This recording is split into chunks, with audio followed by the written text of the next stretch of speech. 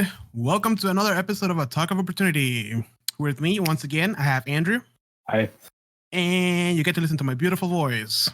This is Jose, by the way. With his brand new mic. Oh, yeah. I hope it sounds good. It doesn't. Wow. What a waste. All right, Andrew. Today we're talking about Rangers. No, I don't want to.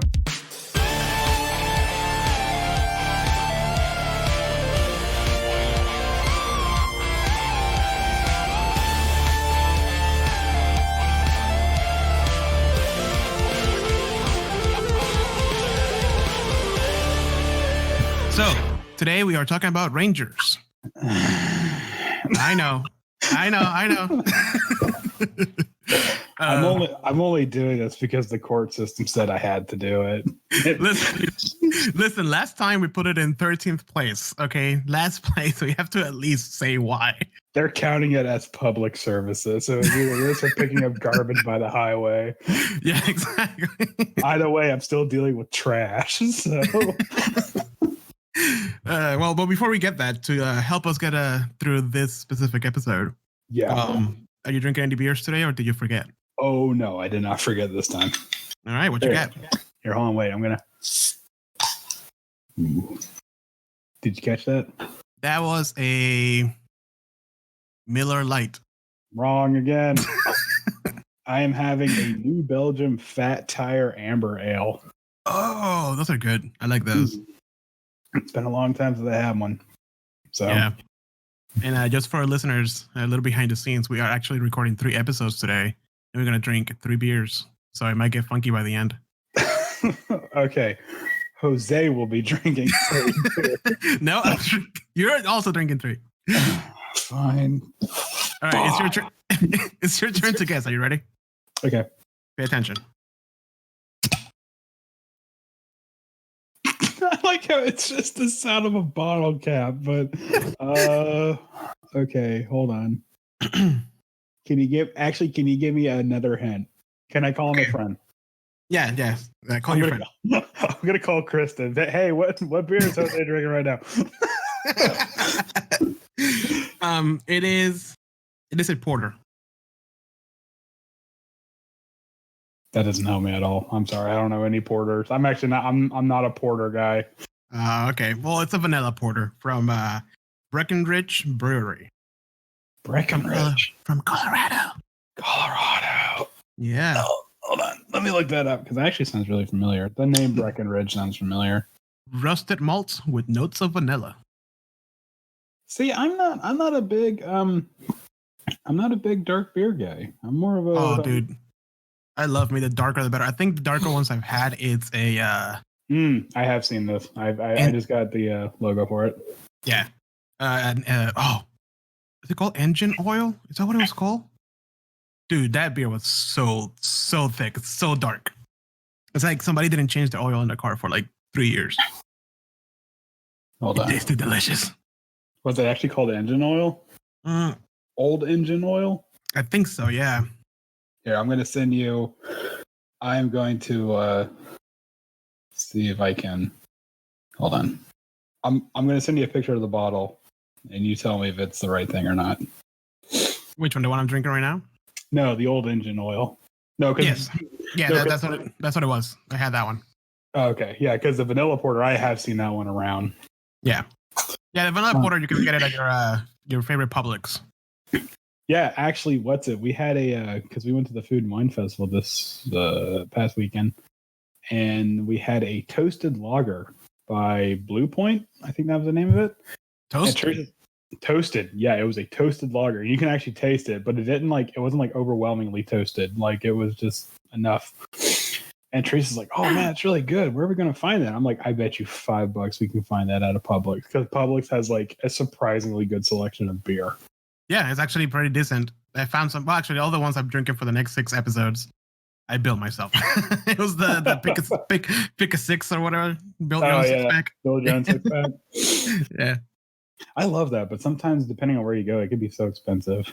Yeah, because each beer is priced individually. Like you're not really saving anything. Right. Well, I mean, there was one place where it's like if you build a 6-pack, it's flat rate $10. What? Yeah, this is like a Winn-Dixie or something like that. So it wasn't like a beer place. Definitely not a Publix. Yeah, no. But if I went to like my local liquor store down the road that has like good beer, I'd be walking out of there with at least $20 for a 6-pack. Worth it. Every penny. Mm-hmm. All right. So I know we're a bunch of drunks, but we got to talk about this. I know we're trying to avoid it. No, I think we can talk about beer some more. No, it has to happen, Andrew. But I want to talk about milk stouts. Actually, hold on. I'm sorry, just to bring it back. Hold on. I just want to add this little addendum. Have you ever had a breakfast stout before? I don't think I've had a breakfast stout. Founders makes a really good breakfast stout. I think it's literally just called breakfast stout, and you're supposed to have it with your breakfast. It's really it's sweet, kind of creamy, but not overly so. It's actually really good. For some reason, it tastes really appropriate if you have it in a coffee cup. But you're drinking it during breakfast. Yeah. How much of a drunk do you have to be? Well, I mean, it's not like I haven't had a beer at breakfast before. I haven't. Really? Yeah. I mean, I'm not going to say I have it every fucking morning, but like I've had like a beer at breakfast before, Wow, I'm going to have to try that one day with my cereal. Yeah. I mean, that's for me, that's when I would have like a dark beer. It's like, it's nice and cold outside. So a porter is pretty good. Yeah. Okay. That is good. Okay. We can't keep talking about beers, Andrew. I mean, we can. No, we can't. That's not what this show is about. Come on. Okay, so I went through the Ranger. It's not as bad as we make it sound. No, the Ranger, the player's handbook Ranger. It's not, like I said, it's not bad. It's just Wizards of the Coast kind of realized, oh, we could have just tweaked a couple of things and made it a lot better. Yeah, exactly. Okay, so we are actually talking about, we're going to do a couple of miniseries for each class. We're going to go over them and their subclass. Mm-hmm. So the next few episodes, if we stick to the plan, it'll be a weekly release. So you guys get to listen to us ramble about certain classes. Once a week instead of having to wait and sit on your hands every other week. I know you'll be waiting. You all be waiting for our episodes. Mm-hmm. Yeah, that's what people do.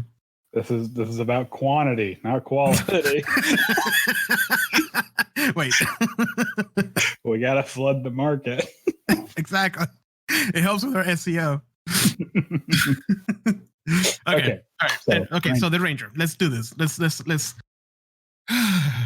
let me open my player's handbook and go over it.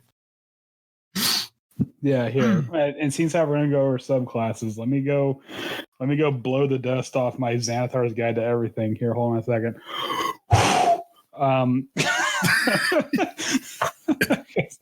It's been so long since I've opened this thing up. Yeah, because that's my fault. It's mainly for subclass. Yeah, it's your fault. No, it really is, because whenever I make a character, it's almost always just for the PHB, and I'm like, shit, there's a better subclass than Xanathar's. Yeah, I was actually pretty surprised as I was going through them, because I'm like, man, how did I forget about these? Especially for the Druid. Anyways, so we're getting ahead of ourselves. Yes. So, Rangers. The Ranger. It is a dexterity-based class, and it's followed by wisdom. A dexterity-based wisdom spellcasting class. Yes. Now, the Ranger, for those who aren't in the know, the Ranger is the hunter, the stalker of prey, the one who doesn't quite worship nature but respects it and has gained a little bit of magic from nature and stuff like that. Right. This is essentially, well, I was gonna say, never mind. This is actually a pretty good balance between melee and spellcasting. What are your thoughts on this? I was gonna say melee and ranged weapon. I mean, their spellcasting is fine. Like, it helps, but it's not like their main juice, Yeah. No, I agree with you there. Yeah, because I was going through it, and like the main thing is because we disclaimer, we're going through the player's handbook, not the revised version in the Unearthed Arcana. I do think we should touch on the revised version though. That'll be a separate episode. Okay. Another episode that's never coming, like the maps episode. God, when are they gonna do that fucking maps episode? Never. Never. So the main ability for Ranger is their favorite enemy. That's like, well, favorite enemy and favorite terrain, really. That's like their main thing, right? That's what dictates everything else and all the other subclasses. Yeah, I would definitely say favorite enemy is probably like a 60-40 split, with favorite enemy being the better, the more likely of the two. Right. Because then you have Natural Explorer, and then you have to pick your terrain, which essentially makes your favorite terrain your home. Mm-hmm. You know, it's not difficult. Like any difficult terrain that would slow down anybody else doesn't slow you down. You know, you can all get lost, like all that kind of stuff. Yeah, and this is one of the things, like a ranger, the Natural Explorer aspect of a ranger class, it's not very niche, but I wouldn't be surprised if like certain parts of this never came up in a campaign. Yeah, and we already talked about this a little bit, but that's the main problem with the player's handbook, because the adventure may start in the jungle, and that might be your favorite terrain with I'm gonna pull something Juanti, mm-hmm. right? And that's your favorite enemy. But then halfway through it, turns out that you end up in the city. Right. Wah, wah. Right. Yeah. So it could be something that's like you start out with a favorite enemy being monstrosities, which I imagine a Yuanti is probably considered a monstrosity. Right. But your big bad evil guy is a undead or fae. So you're just like, So I mean, it's one of those things, like you do get a certain amount of the spotlight. You're just probably not going to get as much as like the I don't want to say better classes, but some of the more accessible classes are going to have. Definitely. The ranger, it's one of those things that's like just kind of prepare to be in the background, you know, like this is like this. I would say this is the weirdest thing. This is probably a support fighting class. It could be. Know? Yeah. Well, you know, unless you start getting into the Sanithar's stuff.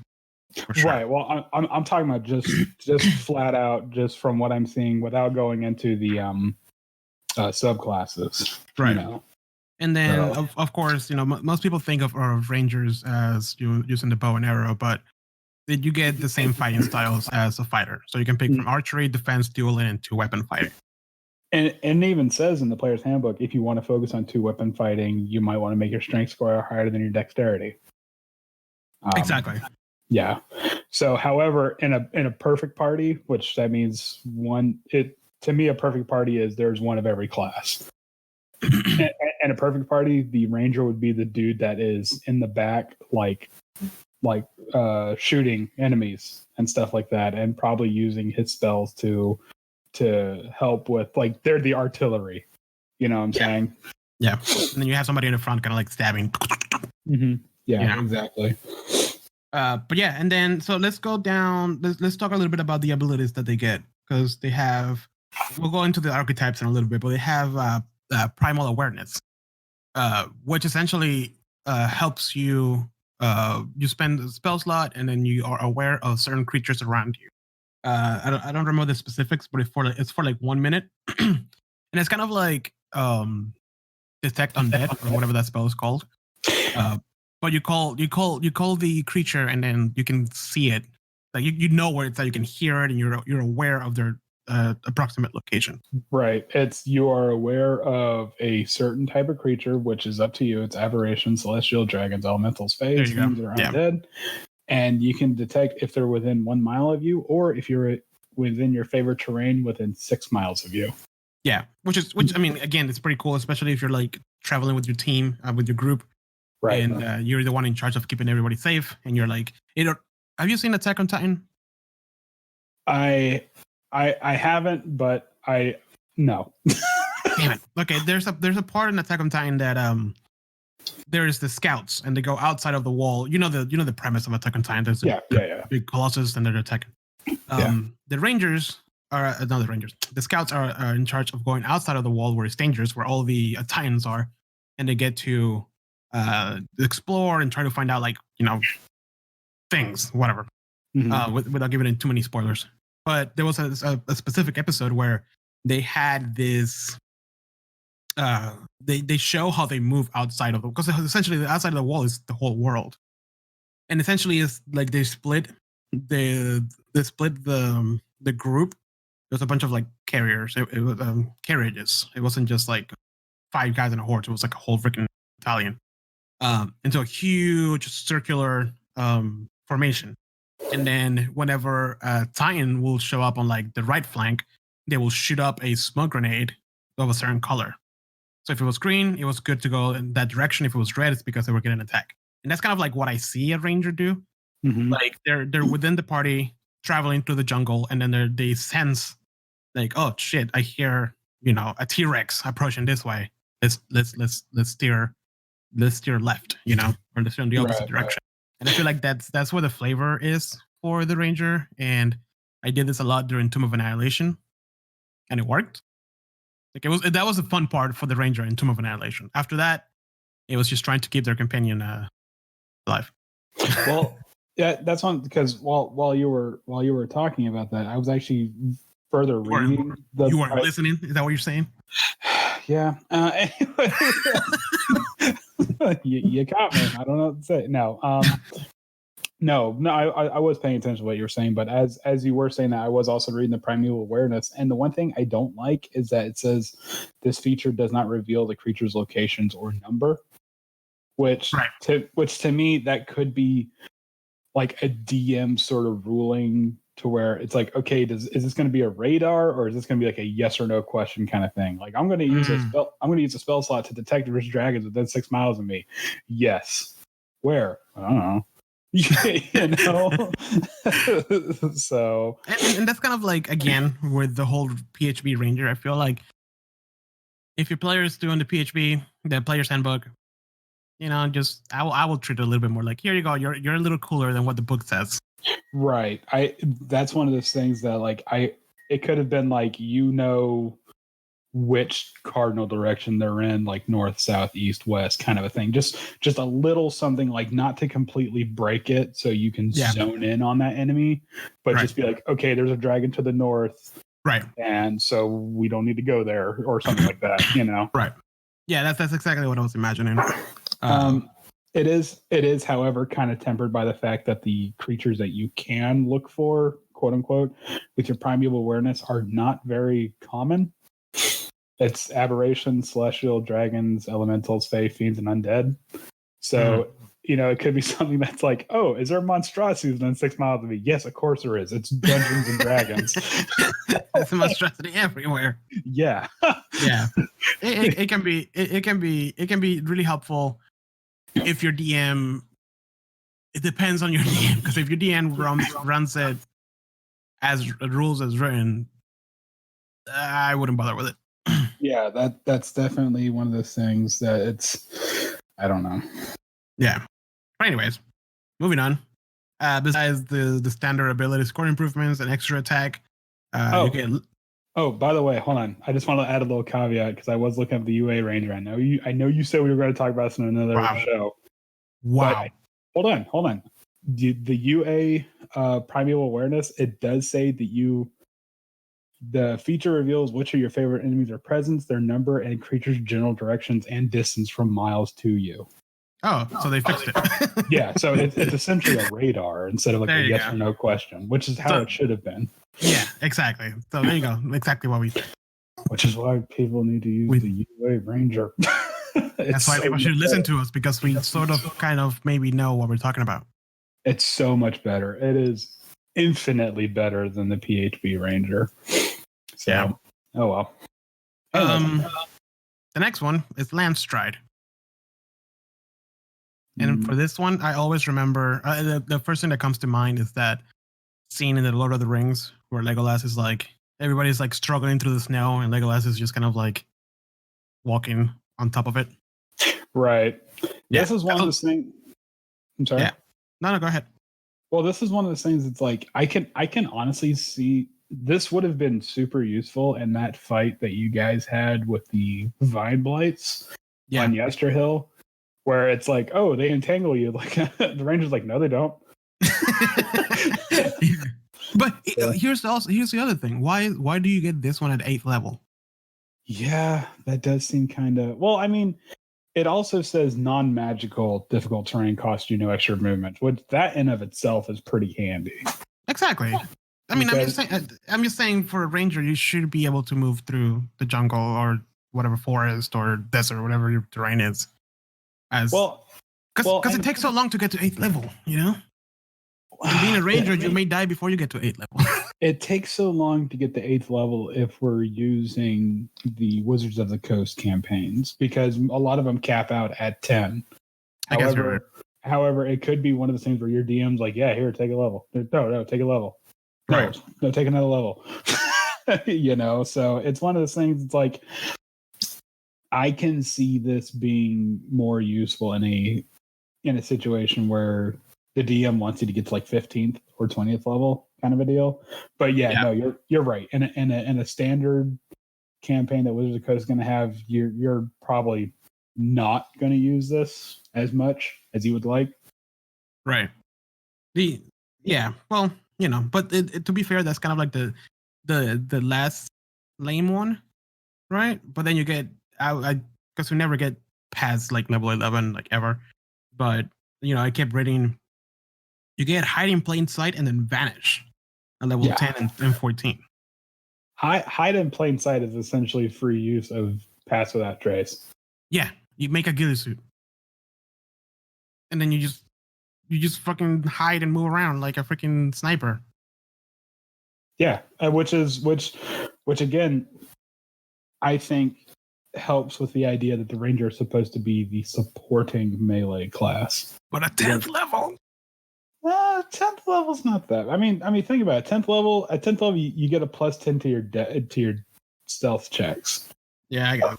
I mean that. I could see that being sort of like, because I mean, think about it. And like the grand scope of things, 10th level is only halfway to max level. So like this is at that time where like the Ranger has like found his stride. No pun intended. The Ranger has like found his stride, so he's like knows how to easily camouflage himself and stuff like that. And you know, so I in the grand scope of things, I can see this. Yes. Okay. Yeah. Well, I mean, it's pretty badass. Same with vanish. I mean, you freaking just use your hide action as a bonus action. Also, you can't be tracked by non-magical means unless you choose to leave a trail. That's pretty handy. Yeah, so, that's badass. But there and again, at 14th level, you should be going up against people that have like divination magic and stuff. That's like that. True. So it's one of those things like it's great, but is it ever going to really come up? And then at 18th level, you get feral senses. Let's see, when you attack creatures, essentially you can sense invisible creatures around, and you get no disadvantage when attacking them. Now that is handy. That is badass. That's super handy because that's something that's creatures that you're fighting at 18th level should have game-changing things like that, where it's like, yeah, I can just cast invisibility whenever I want to. So that actually really, you know, especially if we're going to do like the beholder thing that you said before. Yeah. If you're going to do the thing where you shoot an arrow and that arrow sticks into the creature, oh, now I know where it's at. That Ranger could essentially in one round just disable that dude's invisibility. Yeah, exactly. With his feral senses. So, or hers. Sorry, I know I've been saying he a lot. I know. Andrew, are you a sexist? Attack of opportunity is misogynist. I apologize. I promise I will be more woke in the future. Equal gender opportunity guy. Okay. Mm-hmm. All right. I will start referring to Rangers as they. Okay, good. Okay. And then the last thing they get is Foe Slayer, which essentially just makes you favorite enemy your ultra favorite enemy because you add your wisdom modifier to your attack rolls. Mm-hmm. Yeah. So Take him down even easier. Which I mean, at this point, your wisdom should be pretty good because the ranger spells. I mean, granted, they're not phenomenal, but they're they're pretty handy. So there shouldn't be a reason why you aren't using your ranger spells. Yes. I mean, they have what Hail of Thorns. Hail of Thorns is my personal favorite, along with Hunter's Mark, which again, Hunter's Mark is like required. Hunter's Mark plus your favorite enemy plus foe slayer. You should be able to take down some monsters in one hit. Or Lightning Arrow. Lightning Arrow is really good. I forgot about Lightning Arrow. Mm-hmm. Yeah, Lightning Arrow was really fun. I remember Teresa used that one time. I was like, holy crap. So, yeah, no, there is. I mean, there's plenty of things to work with, And I think what people hate the most about the Rangers is going to become very clear when we go through the archetypes, because the first archetype is not that bad. It's actually kind of fun. The Hunter. The Hunter archetype, I think, in terms of just in the player's handbook, the Hunter archetype is far better than the Beastmaster. 100%. Yeah. Because I was rereading the Beastmasters, and I'm like, holy crap, I understand. I finally see why the hate is so hard. Yeah, because when you read it, it sounds cool. Again, I know I said this before, but like it sounds really cool. But then you read the mechanics, and it's just like, why bother? Yeah, it definitely falls apart when you start to read the Beastmaster. But anyways, let's get into the Hunters. The Hunter. Yeah. Now this is the stereotypical, like, stalking your prey through the bush, have the arrow and the face paint on kind of a deal. Let's read the intro paragraph. Anyways, so the first thing at 3rd level, Hunter's Prey. Well, this is one of the things is like the hunter. The hunter archetype is probably the closest. It's like the path of the totem. Barbarian, where it's like at whatever level you pick one of these following features and it gives you a list. Right. Yeah. Which I can appreciate, because the Hunter's Prey at 3rd level you get to pick Colossus, Slayer, Giant Killer, or Horde Breaker. Let's see. Colossus Slayer is essentially when you hit a creature, you make a 1d8 extra damage if the creature is below its maximum hit points. Which it's going to almost always be. Right. So essentially, it doesn't apply on your first hit if you're the first one in initiative. But what are the chances of that? Well, it says when you hit a creature with a weapon attack, it takes 1d extra damage below its hit point maximum. You can deal this extra damage only once per turn. So if you're a 5th level and you have that extra attack, that first one, even if it's 1 hit point, that's fine because now it's below its hit point maximum. Right. So then that second one, if you crit, the second one's going to be like getting them right in the eye or something like that. The Colossus Slayer is really good. The Giant Killer is interesting, but I don't see that being used a lot. Storm King's Thunder. That's all I can say. If you're playing Storm King's Thunder, go for Giant Giant Killer. Well, that's one of those things where it's like large or larger creatures. So it's unless you're playing like a gnome or something. That no, because it says large or larger, which means that it has to say it has to say under the stat sheet that like a hook horror is a large monstrosity. Hippogriffs are large monstrosities. I mean, I could see this being more useful if the DM is willing to like, this is a large, kind of give out that information. There's actually a lot of large things in the monster manual. I can totally see this being useful. Out of these 3, I think all 3 of them are pretty useful, because the next one is Horde Breaker, which essentially I just imagine the ranger just jump in the middle of like a cluster of enemies and you start like whacking all of them. Horde Breaker is essentially an extra attack. So that's super this is super useful for the sword using rangers instead of the bow using rangers. Yes, for sure. Or if you're a bow using ranger and you have the archery feat, the one that doesn't give you disadvantage at 5 feet. Right. Yeah. Oh. Yeah. No, I wouldn't pick a horde breaker if you're just archery.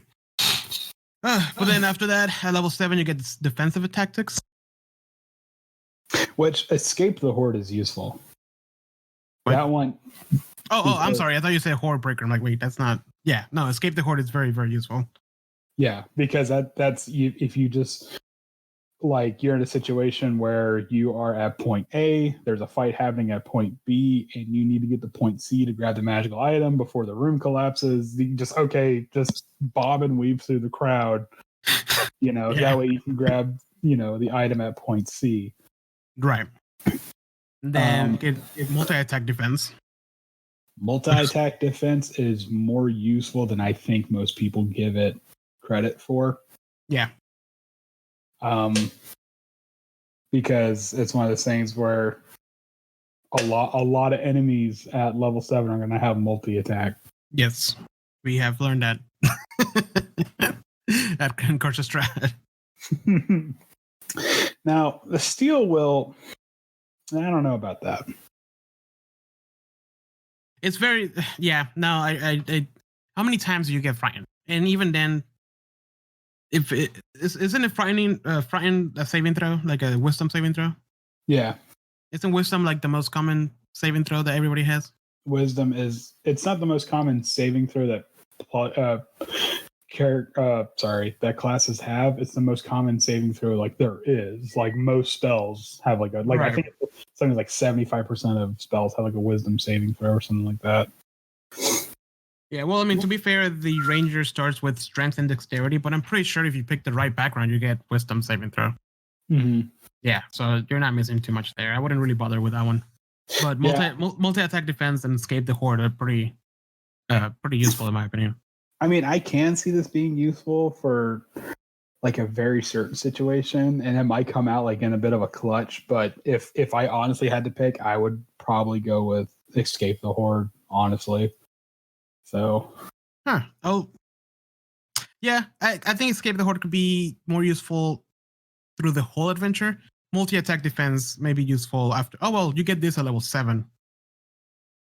So at that time, you're pretty much getting multi-attack by a bunch of enemies. Right. Well, I mean, multi-attack. I mean,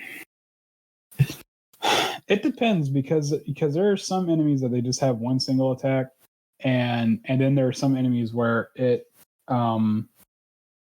like I can see multi-attack defense being really useful, like in a boss fight scenario. Yeah. Like that's where it would really come in handy. I'll stick multi-attack. I'm not a runner, even though my character in Death Stranding in Curse of Strahd, it's proving otherwise. Yeah, he's really good at running and hiding. What are you talking about? He has proficiency in cowardice. It's a very useful skill. Okay, he kept me alive. Steel will. Nah, I can leave that. That's. Yeah, I can respect that. But then you get multi-attack at 11th level, which once again pretty cool. You essentially get one for range and one for what's it called? The close range. Yeah. So volley is essentially you can attack a bunch of enemies that are within 10 feet of a point that you can see. Which is freaking useful. And that's one of those things where it's like, you can use your action to make a range attack against any number of creatures within 10 feet of a point you see within your weapon's range. Okay. You must have ammunition for each target as normal. You must make a separate attack roll for each character. So if you are within 10 feet of a horde of characters, you can attack every single one of them.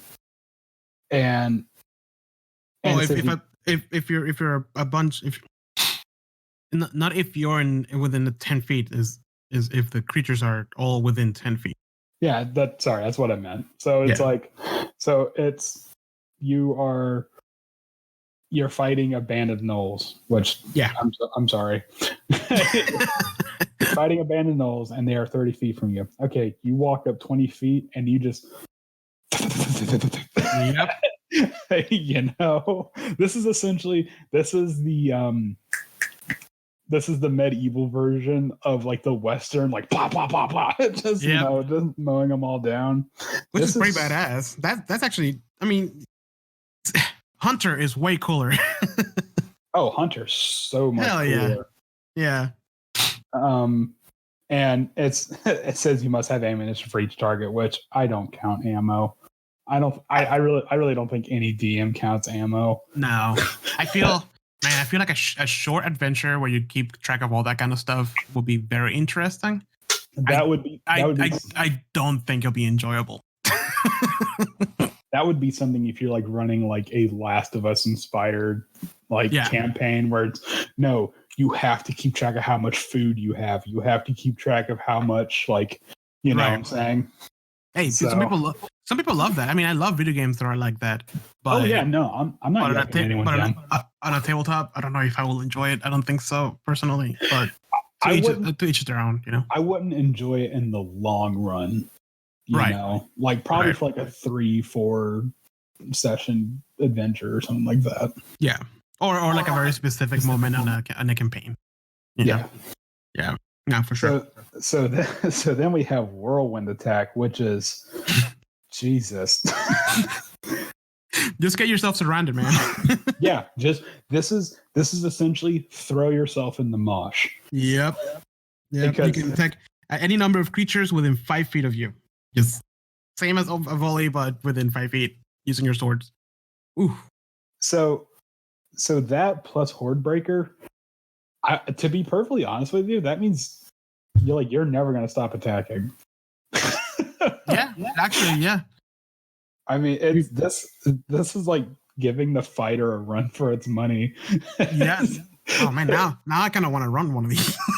No, that's what I'm saying. A ranger isn't actually a good class. You just kind of have to get into it and like parse out. You have to take out the bad parts, and right? No, ranger is by no means a bad class. It's just. And then, we'll get into the reason why it's a bad class in a little bit. but then, like if after you get your multi attack, you get superior hunter defense, which you get to pick from. Oh, go ahead.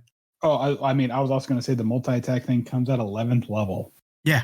So the only bad thing about it is that if you're playing a Wizards of the Coast campaign, you're probably not going to see that unless the DM is like really generous with the levels. Yeah. Well, at 15 level, you get superior hunter's defense. So you get to pick from evasion, stand against the tide, and uncanny dodge. Which I mean, we all know what uncanny dodge does.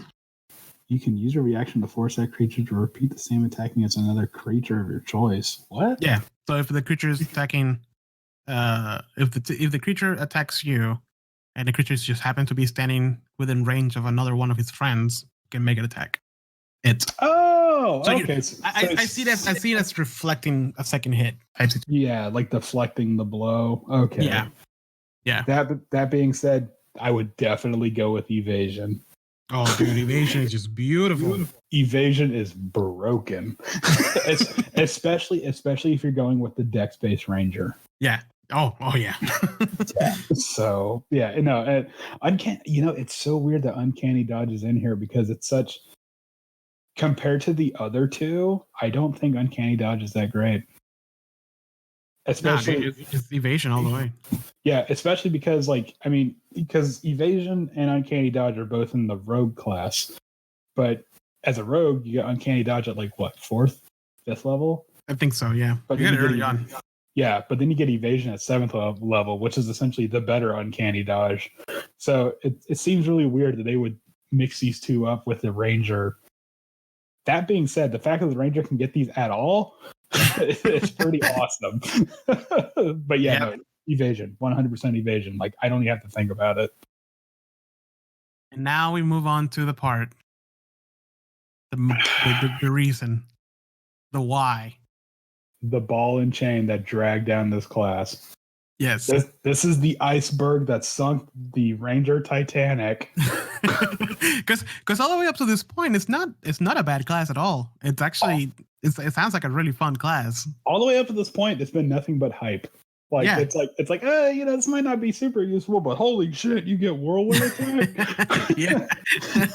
But then we move forward to the Beastmaster. Otherwise known as the babysitter. Womp womp. Yeah. If you ever wanted to play like you're Steve from Stranger Things looking after 4 kids, this is the subclass for you. Jesus Christ. The adventures in babysitting. The thing is that okay, so let's just jump right into it. The whole point why people pick this specific one is because you get to have a pet, but your pet has to be a rating of 1/4 or lower, medium. It can't even be like a large creature. Well, it's okay. Hold on. Before we even go into the nitty gritty, before we even get into the nitty gritty details of it, just if you ask anybody, hey, do you want to be a hunter ranger or a beastmaster ranger? The beastmaster sounds cooler because that immediately comes up with an idea that I am a ranger that has like the cloak of elvenkind. Dude, badass, man. Yeah, and I have like a bow at the ready, and I can see like the arrows already knocked back, and there's like a wolf or like a panther or something like leaping into combat. And you're like, yeah, that's awesome. But yeah. Yes. So this is one of those things where it's Ranger's Companion. At 3rd level, you get a companion that you can choose alongside you. You get to choose a beast that's no larger than medium. That's already off to kind of a bad start, and has a challenge rating of 1/4 or lower. Which when I saw that, I'm like, yeah, there's not a lot. I mean, there's a lot to pick from, but there's like they won't do anything, especially at 3rd level. Like, what the hell? Right. And it's, and the thing about it is that, okay, let's make one thing clear. Familiars in 5e aren't that much better. Right. They don't get to level up. They don't get the blah, blah, blah. But there is one huge thing that a familiar gets to do that a Ranger's Companion doesn't. And that is, if you have a familiar that, let's say it's like a raven or something, you can use that raven to cast a spell that that's within their range. Yeah. Like that's the whole point of a familiar. So if your raven's like 120 feet away, they can cast whatever that you need to because you can't reach that point.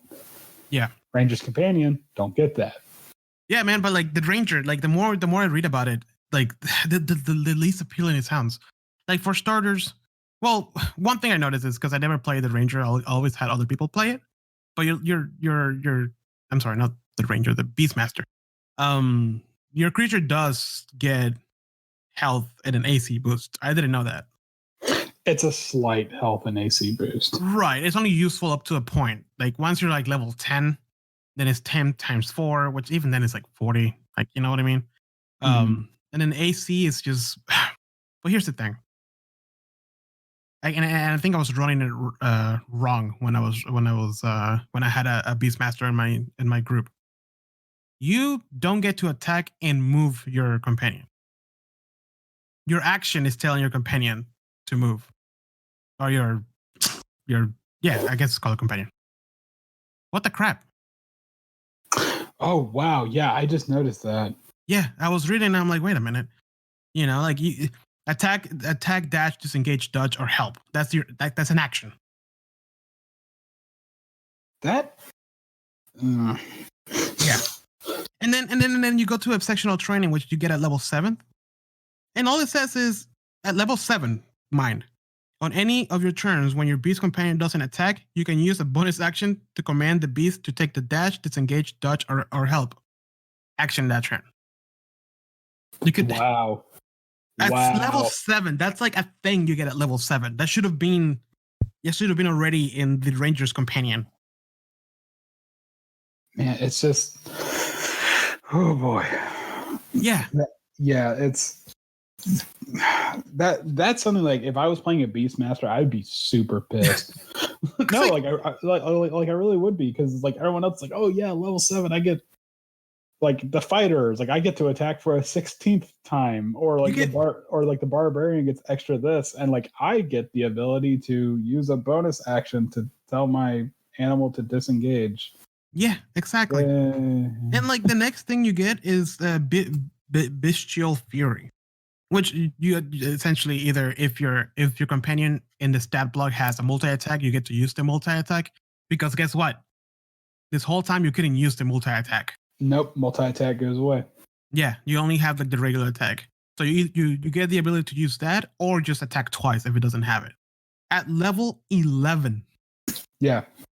Yay. Which level 11. Okay, hold on. Let me go back into the back of the book where it has where the animal companions are available, kind of a thing. Oh, I was going to say lion, but that's a large creature. Can't use that. Nope.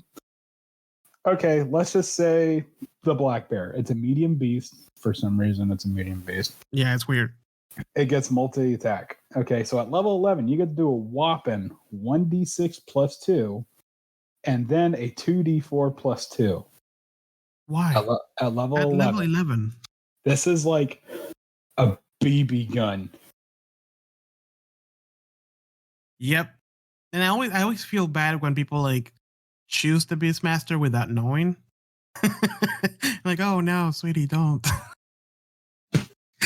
Oh, dude. And then you are expected in Storm King's Thunder to fight a blue dragon. Mm-hmm. Like, what the fuck is 2d4 plus 2 gonna do? At level 11. Because I think that adventure capped out at level 11. Oh, I was about to say, you didn't hear any of that, did you? Yeah, no, I did. Yeah. And I think at level 11 it capped.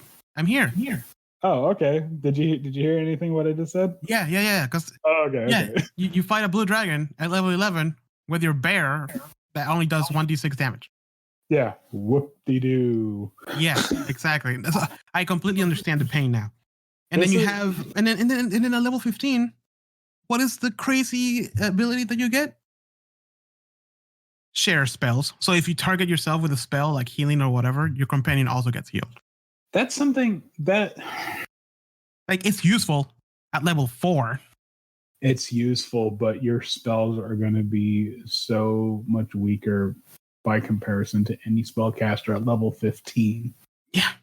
You know, dude, that's when I read the part that you cannot attack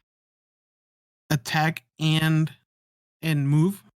Like your action, like as your action, your ranger's action is either to attack and do the most damage, because let's be honest, rangers is going to do the most damage, or have your companion move or attack or whatever. Your companion just becomes useless straight away, really. Yeah, and that's one of those things. It's like remember what we said in the last episode. By level 5, your companion is no longer useful. Like by level 3, your companion is more of a burden at that point. Yeah, I truthfully don't know what they were thinking. Well, I mean, if you really want me to, I can go into the UA and tell you just how much better it is for a Beastmaster. I mean, you know what? Really fuck it, do it. I'm so angry right now. Okay, so Animal Companion at 3rd level with 8 hours of work and 50 gold, which is normal, which was what it says in the PHP. You get one of the following animals: an ape, black bear, boar, giant badger, giant weasel, mule, panther, or wolf. Some of those are obviously more comical than the others, but there's a lot more useful animals in there and some cooler ones. However, your DM might pick one of these animals for you, blah, blah, blah. At the end of the 8th hour, your animal companions appear and gains all the benefits from your companion's bond ability. You can have only one animal companion at a time. If your animal dies, blah, blah, blah. Okay, so your companion's bond. Your animal companion gains a variety of benefits while it's linked to you. Unfortunately, it loses its multi-attack. That's okay, because it makes up for it later. The companion obeys your commands. When using Natural Explorer, you move at a normal pace. Let's see. Your animal companion has abilities and game statistics determined in part by your level. Your companion uses your proficiency bonus rather than its own. In addition to areas where it normally uses proficiency bonus, an animal companion adds its proficiency bonus to its AC and its damage rolls. It's already better, right? Yeah, exactly. Immediately, that's a lot better. Your animal companion gains proficiency in 2 skills of its choice. It also becomes proficient with all saving throws. For each level you gain after third, your animal companion gains an additional hit die and increases its hit points accordingly. Your animal gets to level up. God. Now, they could have just stopped right there because that's all they had to do. That's all they needed, really, to make the original one bearable. Bear. So, however, whenever you gain an ability score improvement class feature, your companion's abilities also improve. Yes. Your companion can increase one ability score of your choice by 2 or 1 by... increase 1 by 2 or 2 by 1. As normal, your companion can increase an ability score above 20. Your companion also shares flaws in alignment, which is kind of cool. It's flavor. Right. So then at 5th level, whenever you make an attack, if your animal companion can see you, if you make an attack, your animal uses its reaction to make an attack. So it's essentially 2 attacks. Yeah. At level 7, your beast companion, if it can see you, has advantage on all saving throws. Awesome. At level 11, your companion can use its multi-attack feature. And here's the best part. At level 15, whenever an attacker that your companion can see you hits it with an attack, it can use its reaction to have the attack's damage against it. So, wait, hold on. Storm of Claws and Fangs. Sorry, I messed that one up. At level 11, your companion can use its attack to make a melee attack against each creature within 5 feet of it. Damn. So it's essentially the whirlwind attack for your animal companion. That's badass. I mean, this is how you fix this class. It's starting to sound a little OP, but it's still pretty cool. It deserves it after all this shit it got. I am here. Why don't you listen to me? No, what'd you say? I said, I forgot. I said that it's starting to sound a little too OP, but that's okay because it deserves it for all the shit that it got. Well, okay, so it is a little too OP, but there is one big difference. There's one huge difference. If you're the Beastmaster, if you're the UA Ranger, and you choose the Beastmaster, you don't get a second attack at 5th level or 7th level. Yeah, but you have your companion though. Right, exactly. So it's your second attack. Right, that's fine. Yeah, I'll take that. So that is a completely better trade-off. I mean, it's just because it makes your companion. It makes your companion worth it. Like that's why people want to play the Beastmaster, not to just have it stand around. Right. And, I can't tell you how many times like Heather will send Murdermins to like attack anything, and sorry, it didn't hit, or sorry, it got hit and it's now squealing in pain. Like it was essentially useful. I mean, useless. Yeah, the whole time. And the thing about it is that what's really funny is that I just did a quick scan over the Hunter and the UA Ranger. It's untouched. There's nothing wrong with it. but the Beastmaster, it's like that makes it so much more useful. Just leveling up your you didn't have to do the Storm of Claws and Fangs. Yeah, like just the fact that you can level it up and give it an ability score improvement is so much better. Yeah, I don't know why. I don't know why they released that. I mean. So it kind of feels like it was like one of the first classes they build up and then they're like, oh, we'll come back to it, and then never come back to get back to it. That honestly is what it feels like. You're like, oh, like someone had a sticky note, like, oh, we'll tweak this later, and then later just never happened. And they're like, shit, we got to ship it. Yeah, exactly. Yeah, no, that's exactly what I imagined too. All right. Well, enough negativity. We already talked about the Beastmaster. We know that it's shit in the PHP. And now you went over the UA, and it's 100 times better. Like, if you're going to do Beastmaster, just do a Northern Canna all the way. I mean, that to me, that slingshots the Beastmaster Ranger, far better, almost far better to me than the Hunter Ranger.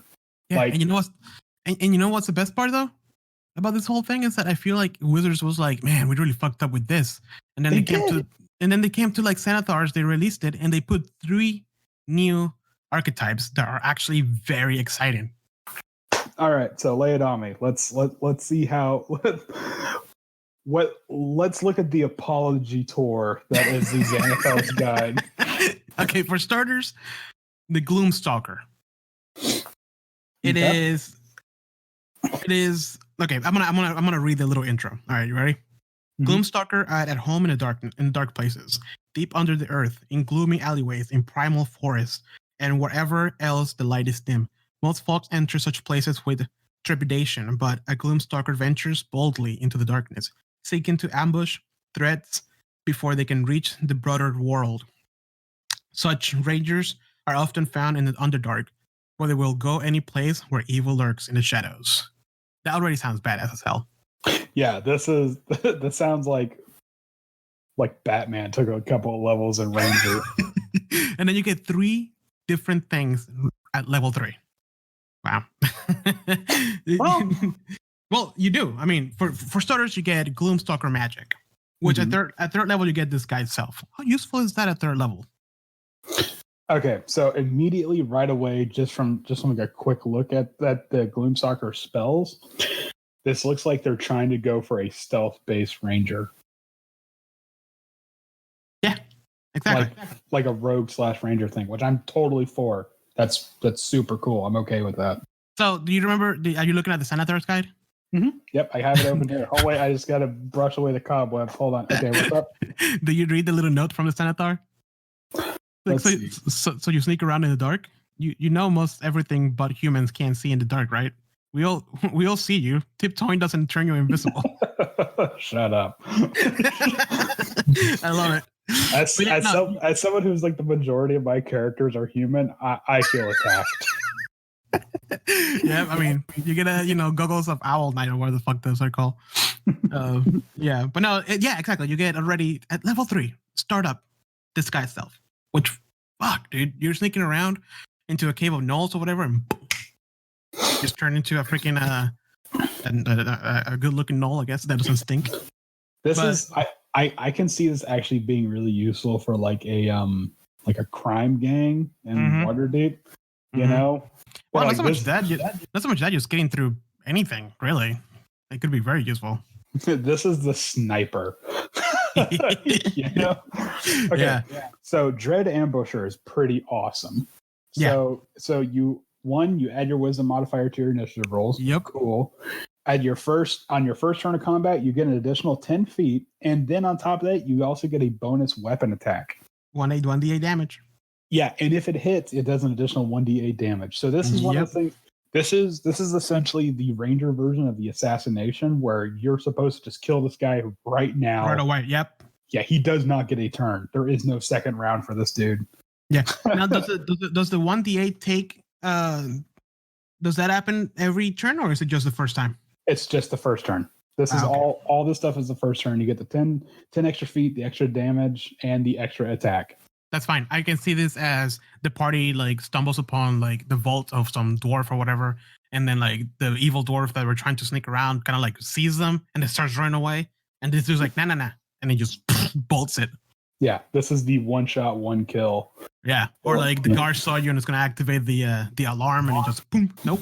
Yeah, and we need to take this dude out now. Like I can see this working alongside with the assassin rogue to like taking out the guards and stuff like that. Yeah. And then you get Umbral Sight.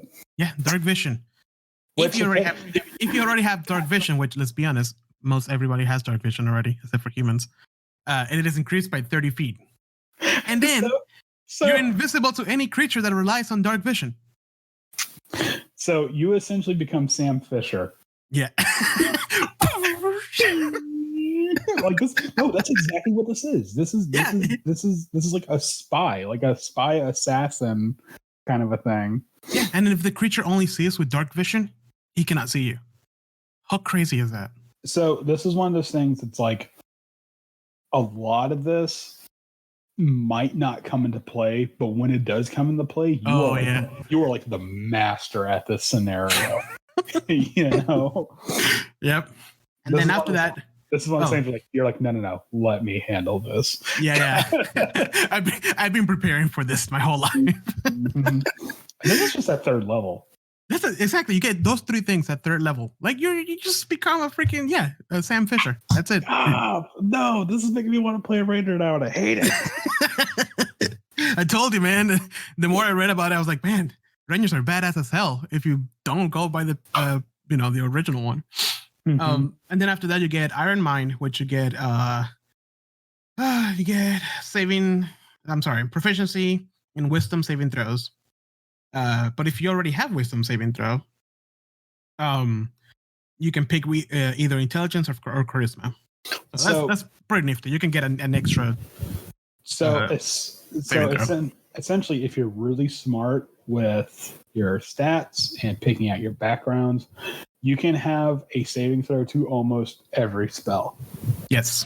Yeah, I mean, except for one, because you can only pick either wisdom, intelligence, or charisma. So there is going to be one that you are going to be lacking in. However, charisma saving throws don't really come into play that much. Nope. So yeah, you could be. Yeah, dude, that's cool as hell. Mm-hmm. I'm pretty sure somebody out there already min-maxed it to have like almost every single saving throw. Oh, you know for a fact you know for a fact there's somebody out there who's like, I have all the saving throws. And then he rolls really bad. Yeah. Not gonna save you from that one, fucker. And then let me see, level 11 you get Stalker's Fury, which all it is essentially is you missed. Nope, no I didn't. Attack again. Yeah. This is the war cleric's like divine favor thing where it adds like that +10 to the attack. It's like nope, he misses. I mean, no, he hits. Like it connects. So I mean, it's not like that, but you do get another chance. So yeah. And then after that, you get a shadowy dodge, which all it is you can just impose disadvantage on an attack before you know the outcome. So why wouldn't you just do that all the time? Just no, every attack has this. Nope. I mean, at level 15, I think you can. Let me see. Roll against you doesn't have advantage and roll. You can use your reaction to impose disadvantage. Blah blah blah. You must use this feature before you know the. Yeah, you can use it almost every attack. So every attack has disadvantage on you. Just shadowy dodge. Shadowy dodge. Shadowy dodge. Shadowy dodge. Yeah. I just imagine like dodging and like weaving between like crates, but he's like really bad at it. You see like his hat behind the box. Yeah. Cha cha cha. Yeah. Like Krunk from Emperor's New Groove. But it works. Yeah, exactly. But he's rolling natural 20s on all of his throws. Yeah. But yeah, and so I think that's one of my favorite ones from the Senators, just because it just sounds so cool. Now, which, by the way, Erin is playing as Gloom Walker, and she just got to level 3. So she's capped. She has everything. Yeah. And she's at the backseat, so you can only imagine like how that one's gonna go. Oh Jesus. Oh God. That oh gosh. But I mean think about it. You get all this stuff, you get all this neat stuff, and then on top of that you get the spells. Yep. So, yeah. So this is essentially, I wouldn't say this is the best stealth class, but I would definitely put it probably on par, like just below. It's definitely a fun one. Mm-hmm. Yeah. This has its space, and you're right. It's super fun, and I want to play it now. So now, from the shadowy places, we move into the Horizon Walker. Okay. Do you want to read the intro paragraph? Yes, I do. Do it. Do you want me to do the Chris Benoit voice? Nah. Okay. Horizon Walkers guard. No. Horizon Walkers guard the world against threats that originate from other worlds or seek to ravage the mortal realm with otherworldly magic. They seek out planar portals and keep watch over them, venturing to the inner planes and the outer planes as needed to pursue their foes. These rangers are also friends to any forces in the multiverse, especially benevolent dragons, fays, or elementals that work to preserve life and order the planes. To me, this is the... Come on, Morty. 20 minutes, in and out. That's exactly what I was going to say. 20-minute adventure. Come on, in and out. We'll be back. Just shoot the portal gun. Yeah. That's exactly what I was going to say. And just like the other one, you get 3 things at level 3. Mm-hmm. You get Horizon Walker Magic, which you get at level 3, you get protection from evil and good. Which is a really good spell. Which, by the way, I always want to say protection from good and evil. I don't know, but it's actually protection from evil and good. I think that's what it was originally. Oh, really? Because I always want to say protection from good and evil myself. Yeah. And then you get Misty Step, which is badass. Then Haste at level 9. Then at 13, Banishment. And then at 17, you get Teleportation Circle. Hold on. Let's not sleep on Haste. Haste is incredibly useful. Yes. Haste can, like, if I'm a DM and I see someone casting haste, that's gonna ruin my fucking day. for the best reasons. But I'm not gonna say no. That's just what it says. Like, okay, well, this was supposed to be a hard fight. It was. That's the key word. So I can protection from evil and good is a really awesome spell. Because that's that spell that Rictavia likes to use. That's not the sword spell, which is no, every creature of this type gets disadvantage on everything against you. So really useful, especially at 3rd level. So then also at 3rd level, you get detect portal, which means you can magically sense where a portal is and in the direction of it within 1 mile of you. Yeah. That's one of those things, like, as a player, you don't think it's very useful, but the DM is just sweating. Yeah, no, because the thing about it is that it says in the DM, if anybody opens up the DM's guide, it says that planar portals can be literally anywhere. Yep. And it's like, and by that I don't mean like you step into a puddle and you enter the plane of water, but it could be something that's like, oh, the Feywild, like a portal into the Feywild could be the crook of a tree, or the portal to the Shadowfell could be like a hole in the ground or something like that. Like that's those two in particular, Shadowfell and Feywild, because they're essentially the mirror versions of this, of like the material realm. The upside down? Yeah, it's like the upside down, or it's like the Candyland version of the material realm. Like it's the two opposites. Right. So if you're one of those DMs that's just like, fuck it, let's just throw things at the wall and see what. Oh my god, can you imagine? Yeah, I mean, you really could. You really could be like, go step into a forest, I detect portal, and your DM's like, yep, there's one right there because I rolled really good on my percentile dice or something like that, you know? Yeah, so, and then right at 3rd level as well, you get the planar warrior. Let's see. Saving color. As a bonus action, choose one creature you can see within 30 feet of you. The next time you hit that creature with a weapon attack, all damage dealt by that attack does force damage. Yeah. And the creature can take 1d8 extra force damage. When you reach level 11, the extra... Okay, so but my favorite part is the actual flavor. You learn to draw on the energy of the multiverse to augment your attacks. I have the power. I have the power. And that's one of those things, like, a lot. This is another thing where people's like, okay, so I just do force damage. Not a lot of enemies are resistant to force damage. Right. It's different from, like, because I guess a lot of people think force as in this just force, like slash and bludgeoning is force damage. But no, force damage is an actual separate type of damage. This is one of those things where it's like, if you're fighting a bunch of werewolves. Werewolves are invulnerable to normal damage from non-silvered weapons. Okay, like they cannot take damage from non-silver weapons. So that means you can only use magic. Yeah, that's it. You can only use magic. Yep. and at level 11, you get 2d8s. Yeah. So essentially, you have a magic weapon at level 3 as a bonus action. Mm-hmm. Like that's really good. That's actually very good for a level 3. So dude, you can't walk to the horizon because it keeps on getting farther away. Boom! Did I just blow your mind? I did, didn't I? You can't walk to the horizon because the sun never sets on the British Empire. Play Hail Britannia. Hold on. As a bonus action, choose one creature. And you know what? And the thing about it is, it never says you have to wait for a long rest or a short rest to use this. So why aren't you using this at all times? This is essentially a free hunter's mark.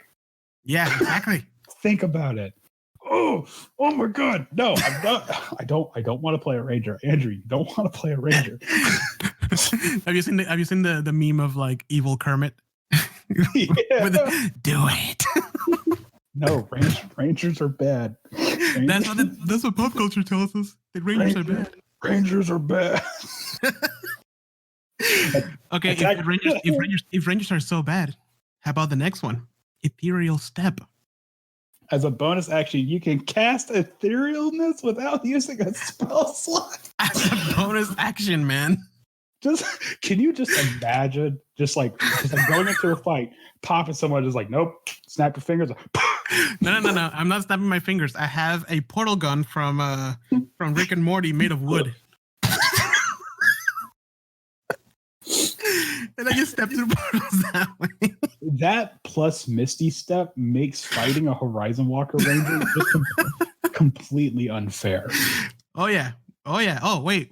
But if you get to level 11 and you haven't died yet, how about some distant strike? Okay, at level 11, you gain the ability to pass between planes in the blink of an eye. When you take the attack, keep reading. You can teleport up to 10 feet before each attack to an unoccupied space you can see. If you can attack at least 2 different creatures with the action, you make one additional attack against a third. You become fucking Nightwalker. Yeah, dude. Or Nightcrawler from X-Men. You don't stop. Yeah. Okay. Oh no! You know what this is? This is that scene in Infinity War where Spider-Man's popping out of the portals. Yeah. like magic kick, magic punch, another magic punch. And that's a hell of a level 11 spell. Like at level 11, you're still not. I mean, you're pretty strong. You have a lot of abilities, but you're not still a god. You know, like. So this is so badass, especially if the enemies are lined up specifically and like within 10 feet of each other, like just precisely. Yeah. Just like let's really break this down because so you make an attack. No, seriously, you make an attack and then you teleport. Teleport means no one gets an attack of opportunity against you. So then you make another attack and then you can teleport again and make a third attack against a creature. Yep. So that's really good. Yeah, and not only do you attack 3 different creatures, you can also get away from danger. By using your ethereal step. Not even using your movement. Yeah, no, you're not. What is movement? And then you get there and then you can like run away 30 more feet. Movement for a Horizon Walker it's the ground underneath you moves, not the other way around. If you're walking as a Horizon Walker, you're doing it wrong. You're not using your class to your optimal potential. Yeah, walking's beneath you. And then at level 15, you get a spectral defense.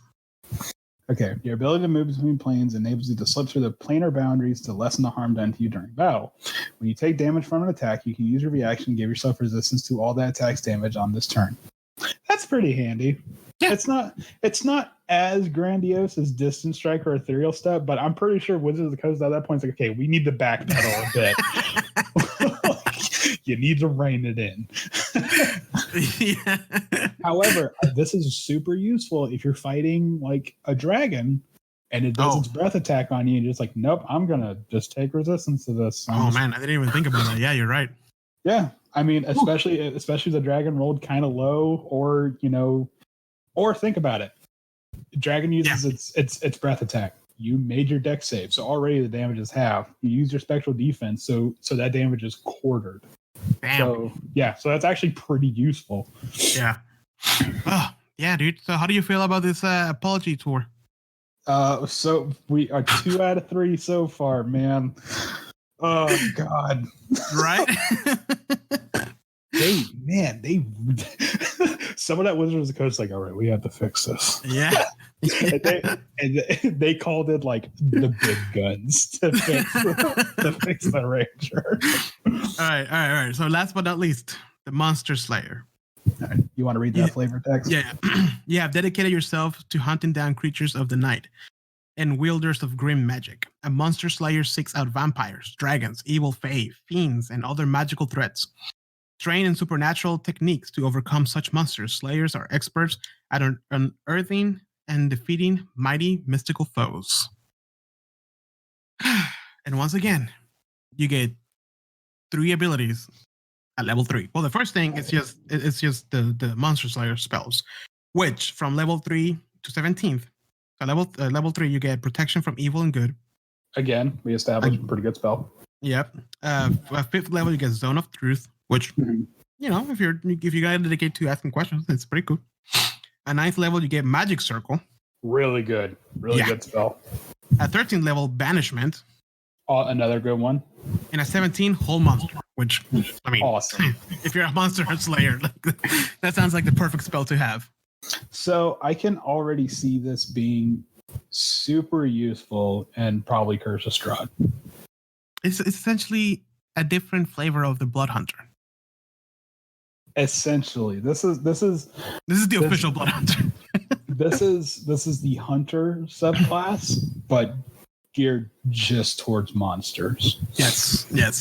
You're not here to make friends with monsters. I mean, with creatures. You're here to kill them. Yeah. So, all right. So, Hunter Sense. At third level, you gain the ability to peer at a creature and magically discern how best to hurt it. All right. You keep reading.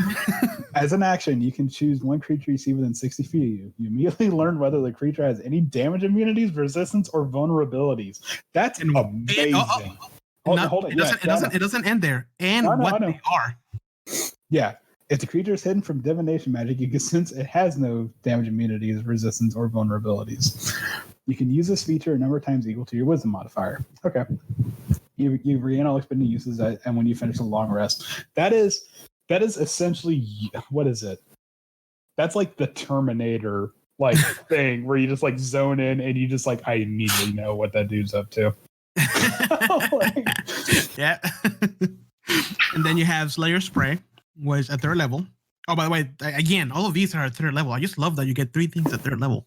Mm-hmm. And starting at third level, you can focus your ire on one foe, increasing the harm you inflict on it. So you get an extra, essentially, 1d6 damage from the weapon that you attacked. So this is like a hunter's mark, but it's called Slayer Spray.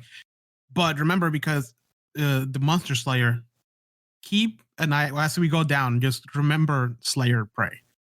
It's 1d6. It's an extra 1d6 damage for now.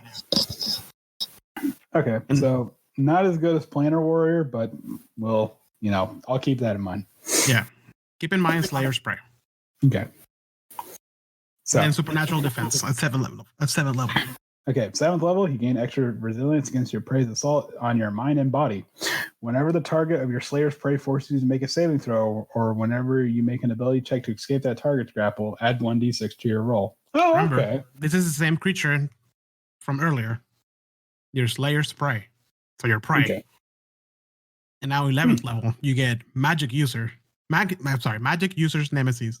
And I love this because it's essentially if somebody's targeting one of your friends with magic spells, you slap them in the wrist. No. Stop it.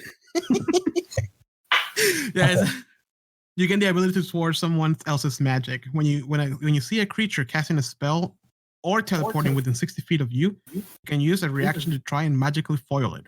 The creature must succeed on a wisdom saving throw against your spell saving throw, or its spells or teleport. Or its spells and teleport fails and it's wasted. So they waste that spell slot. So this is essentially does it say, hold on. When you see a creature, you can use a reaction. So this is essentially a sort of a weird free counter spell, which is nothing to scoff at. Counter spells are a really good spell. Again, I just imagine a slap in the wrist. No. just walk up to the wizard and pop him quick on the cheek. Stop that right now. That's exactly what I imagined. And then at 15th level, you get Slayer's Counter. Okay. At 15th level, you gain the ability to counterattack when your prey tries to sabotage you. Your prey. Sorry. If the target of your Slayer's Prey forces you to make a saving throw, you can use a reaction to make one weapon attack against the quarry. You make this attack immediately before making the saving throw. If your attack hits, your save automatically succeeds in addition to the attack's normal effects. That's awesome. I just imagine, for that one, parry this enemy casual.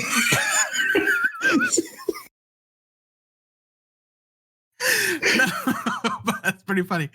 No, I just imagine you watched The Witcher, right? When when Geralt calls Dandelion over and just hits him. And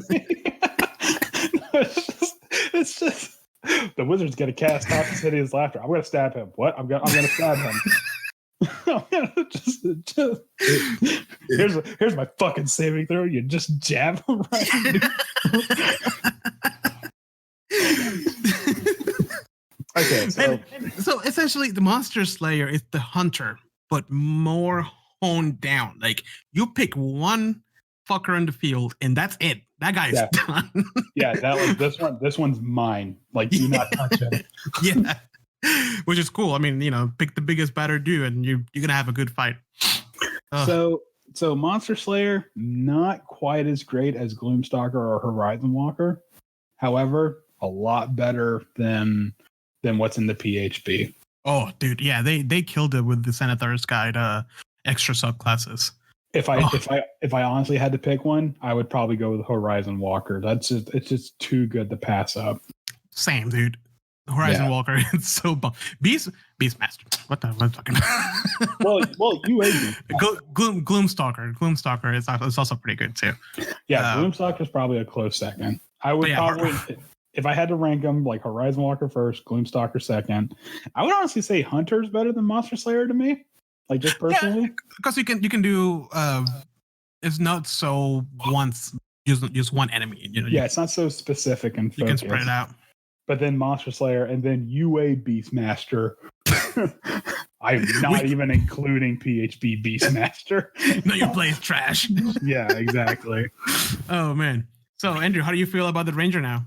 This completely turned me around on it. I'm talking like 100% turned me around on it. Like it's. Well, I mean, you saw that little crisis I had where it's like, no, I don't want to play. I'm expecting a message later this week of you just texting me another character. Oh, I probably will. Specifically a Ranger. Specifically a Horizon Walker Ranger. Oh yeah, that Horizon Walker Ranger. I can't say no to that now. God, that is dude, no, I was reading because I was doing my little research for this and I was reading through it and I'm like, man, this actually sounds very, very, very engaging. And like they brought their A game in. They killed it, and the poor Ranger deserves it because it gets so much shit. And even me who came in late to the game, like I still understood like the pain that people were like talking about. Horizon Walker, man. That made up for it. Well, I mean that's definitely one of those things where it's become a meme. Like it actually has become like a meme, like Ranger bad. Yeah. And it's a real shame because it's one of those things that's like, even if you play the PHB Ranger, as long as you're smart, it's not going to be awful. You know? No, for sure. So for sure. But it still wasn't as shiny and as cool as the other classes in the PHB. No, the other classes definitely like did way better than the Ranger did, but holy crap, now this is for sure. Oh boy. So that's all the time we have for you guys today. Thank you for joining us again at another episode of A Talk of Opportunity. I hope you learned a little bit more about the Ranger because we surely did. So now I have 6 characters for having this. I'm just gonna run the game and you're gonna run all the characters. That's it's gonna be me with a bunch of like mustaches and stuff like that, like taking them off and whatnot. And a hat and like yeah, exactly. And a wig. But thank you for joining us and stay tuned. We're gonna be releasing episodes more often, going over each class and their subclasses. If you want to listen to more episodes, make sure to follow us on wherever you listen to podcasts. Apple, iTunes, Spotify, all the things. Also, make sure to follow us on Facebook, Instagram, and YouTube. Twitch. And if you have any comments on the Ranger, if you are a diehard PHB Beastmaster original hardcore fan and you want to tell us that we're wrong, go ahead. We would like to hear from you guys. The one guy who likes the Beastmaster. There's literally dozens of us. And thank you for sticking along and leave a comment and rate us. Tell us how we're doing, even if it's shit. We want to improve. I promise. I really enjoy the constructive criticism. I actually don't. Please don't do that. I don't read that crap. All right, you guys have a great rest of your week and stay tuned for more. Yay! Bye.